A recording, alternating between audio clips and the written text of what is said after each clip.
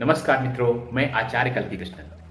क्या आप इस बात का विश्वास कर सकते हैं कि पूरे वर्ष में केवल एक दिन अपने खाने पीने को नियंत्रित करके आप अपने अंदर ऐसी रोग प्रतिरोधक क्षमता उत्पन्न कर सकते हैं कि पूरे वर्ष आपका स्वास्थ्य अच्छा रहे? अगर आप ऐसा नहीं सोच सकते हैं तो आज मैं आपको भारतीय परंपरा के एक ऐसे रहस्य का उद्घाटन करने जा रहा हूं कि जो उसको समझ करके और उसके असली रहस्य को जान करके आप आश्चर्यचकित रह जाएंगे। लेकिन इस रहस्य को बताने से पहले एक बात आपको बताना चाहता हूं कि जो विज्ञान आज जो खोजे कर रहा है उसकी जड़ें और उसका असली रहस्य और उसकी महान परंपरा किस तरह से भारतीय शास्त्रों में, भारतीय चेतना में पहले से व्यक्त है।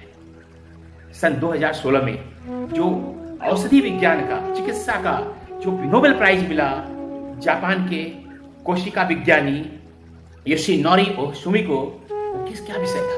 उन्होंने खोज निकाला कि अगर आप एक विशिष्ट ढंग से उपवास रखते हैं तो आपके शरीर में एक ऐसी प्रक्रिया उत्पन्न हो जाती है जिसको उन्होंने ऑटोफैगी नाम दिया कि अपने अंदर ही जो अशुद्धियां हैं शरीर उनको खाना शुरू कर देता है। और इस बात को लेकर के योशिनोरी ओसुमी को नोबेल प्राइज मिल गया। लेकिन इस बात को और ज्यादा वैज्ञानिक ढंग से हमारे ऋषियों ने पहले उद्घाटित कर रखा था। उन्होंने केवल यही नहीं देखा कि उपवास रखने से शरीर को शुद्ध किया जा सकता है, उन्होंने ये भी देखा कि किस समय कैसे उपवास रखने से शरीर को शुद्ध रखा जा सकता है। और उन्होंने सबसे पहले बहुत महत्वपूर्ण खोज किया कि जब सूर्य से चंद्रमा 120 अंश से 132 अंश आगे रहता है उस समय उपवास के आपके शरीर पर प्रभावशीलता सबसे ज्यादा रहती है। और आप जानते हैं उस 120 और 132 अंश का जो दूरी है उसको हम भारतीय क्या कहते हैं? उसको कहते हैं एकादशी। उसको कहते हैं हम एकादशी। और एकादशी को अगर आप व्रत रखते हैं, एकादशी को आप व्रत रखते हैं, व्रत रखने का मतलब है कि भोजन ग्रहण नहीं करना।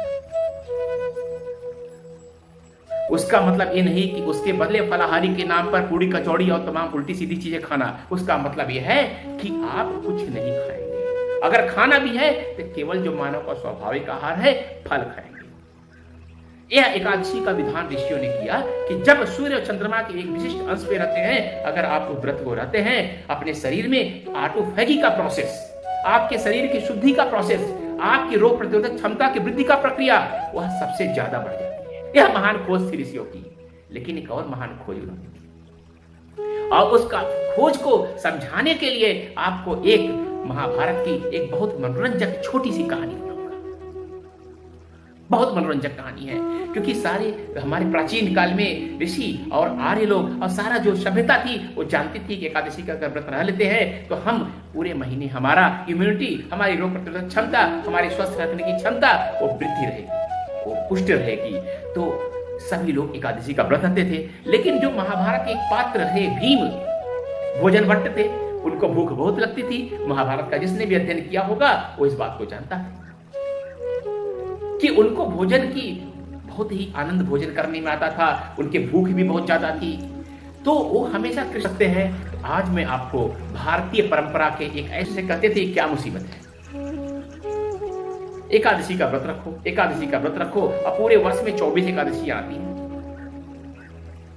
तो कृष्ण ने एक महान रहस्य, जो ऋषियों का एकादशी का रहस्य था, उससे बड़ा एक रहस्य का उद्घाटन किया। उन्होंने कहा भीम, तुम अगर 24 एकादशियों का व्रत नहीं रखना चाहते हो, पूरे वर्ष में 24 बार भूखे नहीं रहना चाहते हो, तो वर्ष में एक ऐसी एकादशी आती है, वर्ष में एक ऐसी एकादशी आती है अगर उस दिन बिना अन्न जल के नहीं रहो। जिसे कहते थे बिना अन्न जल के रह सकते हो, तो उस एकादशी का आपके शरीर में भीम ऐसा प्रभाव होगा कि आप सारी एकादशियों के बराबर जो आपके अंदर रोग प्रतिरोधक क्षमता बढ़ेगी, उसके बराबर इसी एकादशी से।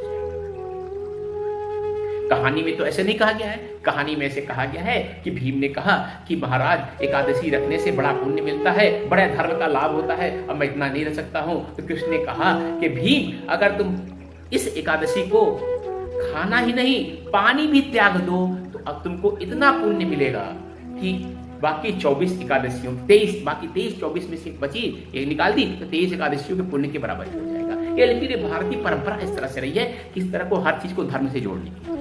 अब भीम ने मान लिया और उस एकादशी को, जो विशिष्ट एकादशी वर्ष में होती है, उस दिन अन्न तो छोड़ा ही, पानी भी छोड़ दिया। तो उससे जो है, अगर कथा का विश्वास करें तो पुण्य का, और वैज्ञानिक तथ्य का विश्वास करें तो आपके अंदर रोग प्रतिरोधक क्षमता का इतना विकास हो जाता है कि पूरे वर्ष आपकी वो रोग प्रतिरोधक क्षमता आपके काम आती है। फिर कोई भी इन्फेक्शन, कोई वायरस, कोई बैक्टीरिया आप पर आक्रमण नहीं कर सकता। और इस एकादशी का नाम रखा गया निर्जला एकादशी। यह ज्येष्ठ मास की शुक्ल पक्ष की एकादशी होती है और इसमें विशिष्टता इस बात की है, इसका वैभव इस बात का है कि इस बाकी एकादशियों में तो आपको केवल खाने का त्याग करना है, इसमें जल का त्याग करना है। और पूरे भारत के उत्तरी हेमिस्फीयर में, उत्तरी गोलार्ध में इस समय गर्मी बढ़ रही होती है। उस समय जब आप जल का भी त्याग कर देते हैं तो आपके शरीर के अंदर जो जापानी वैज्ञानिक ने प्रक्रिया खोज निकाली, ऑटोफैगी, वो इतनी विकट हो जाती है, इतनी तीव्र हो जाती है कि पूरा शरीर बिना अन्न आपका इस इम्यूनिटी को स्ट्रॉन्ग कर देता है और पूरा शरीर आपका, ऋषियों की महान खोज है, ध्यान रखिएगा, पूरे शरीर में वो ऐसी प्रक्रिया हो जाती है कि आप स्वस्थ रहने को एक एक सेल तक उसका, एक एक कोशिका तक उसका असर है। इसीलिए हमारे ज्योतिष में ऋषियों ने जो एकादशी का अधिदेव, जो रूलिंग डाइटी बताया है, विश्वदेव या रुद्र, दोनों का लगभग एक ही अर्थ है।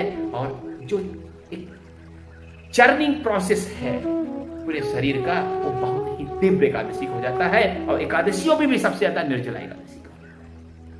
तो जब भी निर्जला एकादशी करें मित्र, अगर आप शरीर को स्वस्थ रखना चाहते हैं, ये वैज्ञानिक तथ्य मैं बता रहा हूं, ये हजारों सालों से हमारे ऋषियों की मान आती है। उस दिन अगर संभव हो तो आप बिना जल के रहें। इस संबंध में अपने प्रिकॉशन ले लें, अपने जो भी सावधानियां ले लें अपने शरीर का। अगर कोई आपको विशिष्ट रोग है, कोई समस्या है, तो डॉक्टर की भी सलाह ले लें। लेकिन अगर संभव हो और कोई आपके शरीर पर इसका, आपके शरीर के स्वास्थ्य के हिसाब से जल त्याग करने से कोई दुष्प्रभाव नहीं आने वाला है, तो आप करके देखिए कि यह निर्जला एकादशी का क्या लाभ होता है। निर्जला मन बिना जल के, निर्जला का मतलब है बिना जल के। भीम ने और कृष्ण का संवाद जो आप पढ़ेंगे धर्म ग्रंथों में, वो हमने जो कि धर्म को अलग अलग ढंग से जोड़ दिया है, इसलिए वो अलग ढंग से है, लेकिन उसका सच्चार्थ क्या है? ऋषियों की महान खोज है। तो मित्रों, एक था मेरा निर्जला एकादशी का वैज्ञानिक संदर्भ में अर्थान्वेषण। अगर आपको पसंद आया हो, और इस तरह के लगातार मैं वीडियो डालता रहता हूं, आप पसंद है, इस चैनल को जरूर सब्सक्राइब कीजिएगा। एक विशिष्ट बात मैं कहना चाहता हूं, कई मित्र कहते हैं कि आपके चैनल को हमने सब्सक्राइब किया हुआ है। यह चैनल हमारा एस्ट्रोदेवम, जो एक चैनल मैंने बनाया हुआ है, उससे अलग है। ये मेरे नाम का चैनल है जिसका नाम है आचार्य कल्की कृष्णन।